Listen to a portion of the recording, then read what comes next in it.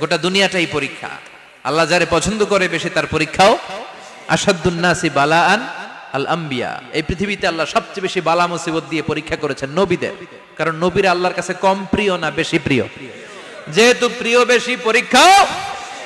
এজন্য মুমিনের উপর যদি পরীক্ষা আসে, মুমিনের উপর যদি অত্যাচার আসে, মুমিনের উপর যদি ধৈর্যের পরীক্ষা আসে, জেল জরিমানা আসে, মুমিন ওইটারে ভয় পায় না। মুমিন ভয় পায় একজনকে, চিল্লায় বলেন তিনি কে?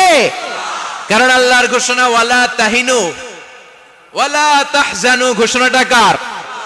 ভয় নাই, তোদের চিন্তা নাই।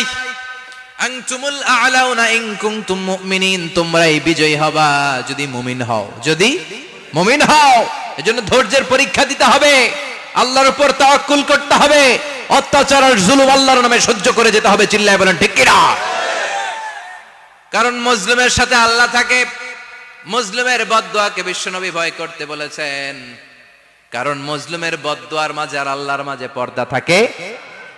যারা দুনিয়ার বুকে জুলুম করে তাদেরকে ক্ষমতার মসনদ থেকে নামিয়ে দেয় কে? আর যারা মজলুম হয়, যাদের রক্ত দিয়ে জমিন ভেজে, তাদেরকে জমিনের ক্ষমতা দিয়ে দেয় কে? আর যারা রক্ত ঝরায়, ইতিহাস বলে তারা শেষ পর্যন্ত প্রাণ আর জান